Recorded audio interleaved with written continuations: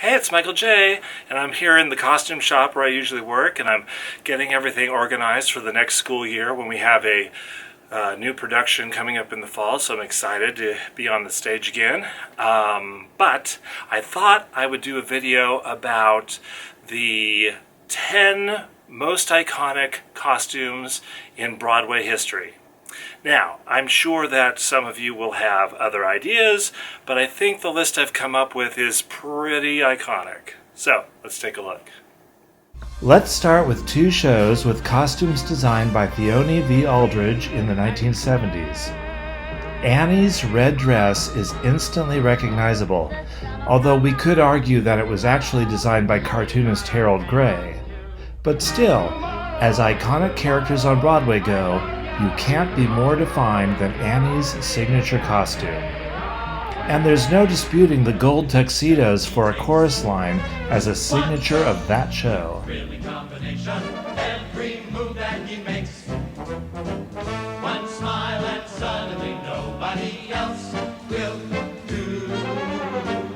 You know you'll never be lonely with you, no. Going back in time to the 1905 original Broadway production of Peter Pan, we have Maude Adams in the defining look for the boy who wouldn't grow up. Maude Adams, in collaboration with artist John White Alexander, collaborated on the costume. In fashion, when someone refers to a Peter Pan collar, they're talking about this Maude Adams costume. Over the decades, whether it was Mary Martin, Sandy Duncan, or Kathy Rigby, variations of the basic look have kept the character of Peter Pan looking pretty much the same. Speaking of Mary Martin, her oversized sailor suit for the Honeybun number in South Pacific has become a defining element of any production of that show. Irene Sharaff did the costumes for Broadway and the film versions of The King and I. The King's red costume is a standout. Like this. No? Yes. Come!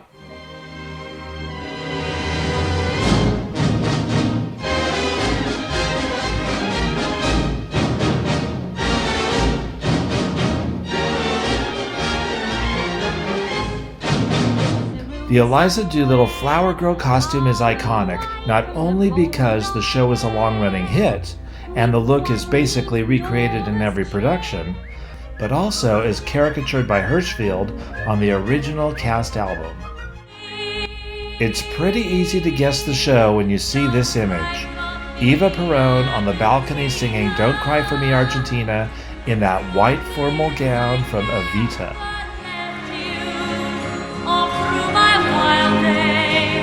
My mad existence, I kept my promise. Don't keep your distance. Another Andrew Lloyd Webber show with costumes that are unmistakable is Cats. Any costume from Cats counts, with those painted body leotards, furry wigs, and leg warmers.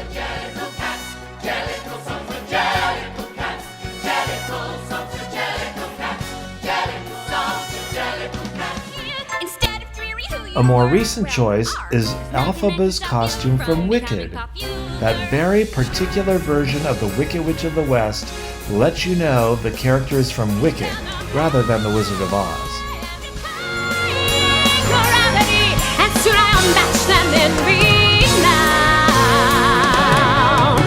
And nobody in all of us, no wizard that there is or was, is ever gonna bring me down. I hope you're happy. Look at her, she's winning. Get her.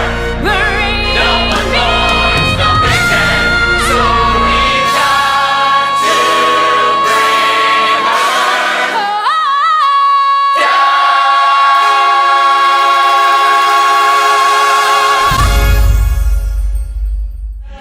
I'm going to finish my list with the red dress from Hello, Dolly. Even the silhouette of Carol Channing, or any actress for that matter, wearing that iconic dress with the feathered headdress is unmistakable as Dolly Levi.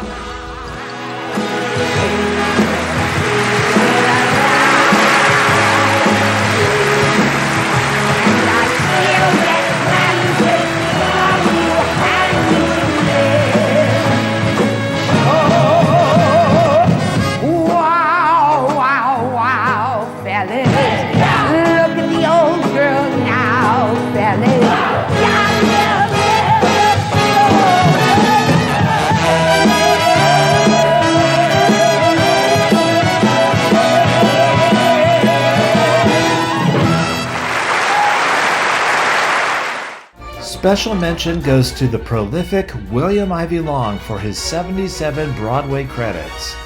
How do you pick one costume? I think his style is defined by his trick costumes that transform from one look to another, as he created in shows like The Producers, La Cage aux Folles, and Cinderella.